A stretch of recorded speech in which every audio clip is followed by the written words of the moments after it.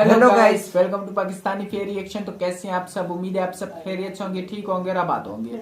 हमारी दुआ ये है आप खुश रहें, आबाद रहें। चैनल पर न्यू है तो चैनल को सब्सक्राइब कर ले, लाइक कर ले, शेयर कर ले, ताकि हर आने वाली वीडियो आप तक जल्द से जल्द मिल सके। तो मेरा नाम है अफान। मेरा नाम मंसूर सुबैज। आज की वीडियो काफी कमाल की होने लगी है। सबसे पहले तो यार आप सब भाइयों से सॉरी कि यार हम इतने दिन जो है किसी काम में हम बिजी रहे और ये वीडियो नहीं बना पाए आप लोगों के लिए।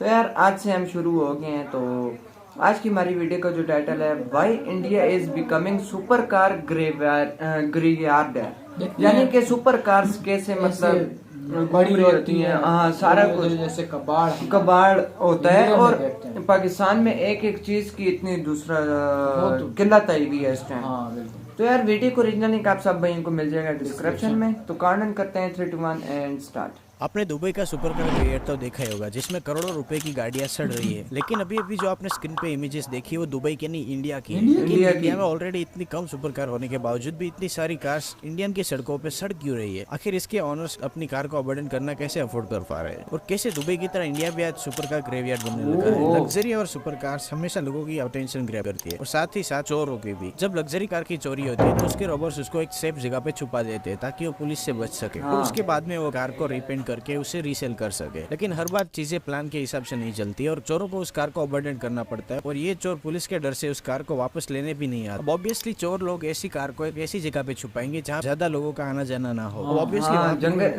नहीं होगा जो कार को सेफ रख सके। तो कुछ टाइम जाने के बाद कार जंग खाने लगती है और कार की हालत धीरे धीरे बिगड़ने लगती है। और जब तक चोर वापस इस कार को लेने आते हैं तब तक इस कार की हालत इतनी खराब हो चुकी होती है कि इस कार को बेचना भी मुश्किल हो जाता है। इसीलिए कार को वहीं पे छोड़ दिया जाता है। और इंडिया में हर साल ऐसी बहुत सारी कार्स चोरी होती है और चोरों के द्वारा इसको अबंडन कर दिया जाता है। लेकिन हर बार ऐसा नहीं होता। कई बार पुलिस ऐसी कार्स को रिकवर करने में सक्सेसफुल हो जाती है। लेकिन पुलिस के द्वारा रिकवर की गई सुपर कार्स का भी अच्छा नसीब नहीं होता। पहले उस कार को पुलिस स्टेशन में स्टोर किया जाता है और बाद में जब तक कोर्ट से पुलिस को ऑर्डर ना मिले तब तक उस कार को पुलिस स्टेशन के डस्टी पार्किंग लॉट में उसको सड़ने दिया जाता है। और प्रॉब्लम यहाँ भी खत्म नहीं होती। और रिसर्च करते हुए एक स्टोरी सामने आई जिसमें कार का ओनर अपना एक्सपीरियंस शेयर करते हुए ये कहते हैं कि पुलिस और चोर में कोई डिफरेंस नहीं है। अगर आप अपनी कार को 24 घंटे के अंदर रिक्लेम नहीं करते तो पुलिस उस कार के सारे पार्ट्स निकाल लेगी और उसको डीलर के थ्रू बेच देते हैं। और ऐसा एक्सपीरियंस अगर कोई लग्जरी कार ओनर के साथ होता है तो वो फ्रस्ट्रेटेड हो जाता है और वो कभी कभी इन झमेलों में फंसने से अच्छा अपनी कार को अबंडन करना ज्यादा अच्छा समझते हैं। हमारा देश जब आजाद हुआ तब लोकल मैन्युफैक्चर कार्स को प्रमोट करने के लिए इंडियन सरकार ने 1962 में इंपोर्ट टैक्स को इंट्रोड्यूस किया था। इस टैक्स के मुताबिक अगर आप बाहर कंट्री से इंपोर्ट करवाते हैं तो उसके ऊपर आपको कुछ टैक्स पे करना पड़ेगा, जो आज भी प्रॉब्लमेटिक है। इंडिया में ऑलरेडी इतनी कम सुपर कार्स है, इसीलिए आपको अगर कोई second hand super car India में लेनी है तो आपके पास बहुत कम ऑप्शन बचेंगे। इसीलिए आप यूके जैसी कंट्री से इंडिया में अपने लिए एक सुपर कार इंपोर्ट करवाते हो। लेकिन अगर आप 1 करोड़ की सुपर कार इंडिया में इंपोर्ट कराओगे तो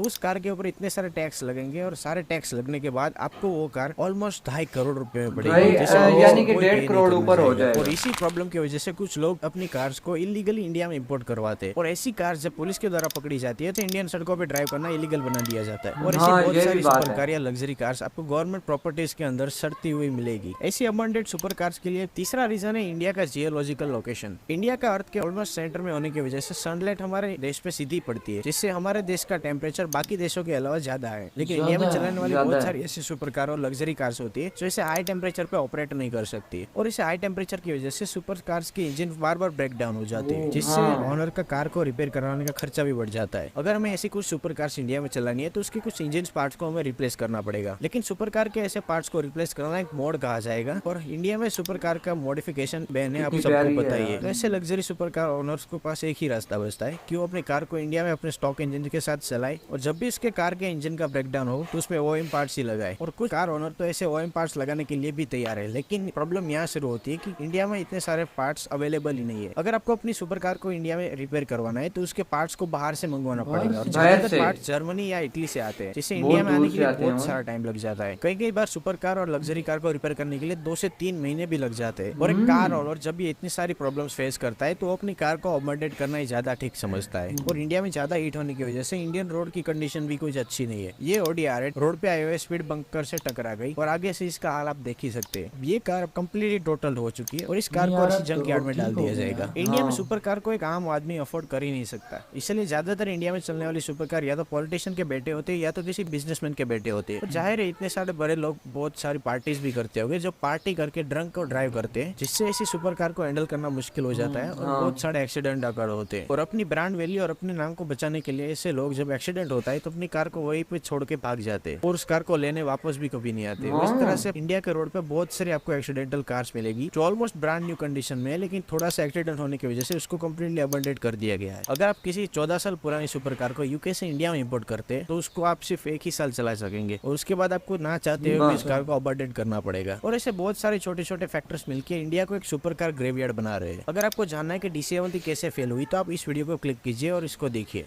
इसमें यार आज हमें पता चला है इंडिया में कितना यार दूसरों हो रहा है, ग्रेवियर बनता जा रहा है। हाँ, और ये सारी सिचुएशन थी इसके बारे में। और देखा जाए ना, कार इनके पास ऐसी पड़ी होती है जैसे हमारे पास जो है ना आम कारें हैं, बिल्कुल चल रही होती हैं। और दूसरी बात ये है कि तकरीबन ज्यादा रेंज रोवर थी, फरारी वगैरह थी, कीमती गाड़ियां थी, बिल्कुल यार। और ऐसी पड़ी होती 2-3 रीजन है ना। एक तो यार एक्सीडेंट की वजह से छोड़ जाते हैं, दूसरी बात ये है कि इसमें क्या नाम है उसका, चोरी, और तीसरा जो है इसके पार्ट्स बहुत महंगे होते हैं, आम बंदा नहीं अफोर्ड कर सकता ये। बिल्कुल। क्यों? इटली, यूके वगैरह से ही आते हैं। गर्मी की वजह से जो है ना इनके इंजन बहुत जो है ना हीट अप हो जाते हैं, बिल्कुल हीट अप हो जाते हैं। तो भाई ये तो फिर सिर्फ स्टाइल के लिए होती है ना, यानी कि इतना हैवी गाड़ी तो उससे ज्यादा तो आम गाड़ी हैवी होती है उनसे, लेकिन ये जो है ना अपनी लोग बना देती है ना, और ये टैक्स जहाँ चलती है पता चलता है कुछ चीज चल रही है। वैसे तो ये सस्ती होती है लेकिन टैक्सेस की वजह से इतनी महंगी हो जाती है बंदा अफोर्ड ही नहीं कर पाता। बिल्कुल। तो आपका क्या कहना है कमेंट सेक्शन में जरूर बिल्कुल। बताएं। तो यार मिलते हैं नेक्स्ट वीडियो में, तब तक के लिए अपना बहुत ज्यादा ख्याल रखिएगा यार, बाय।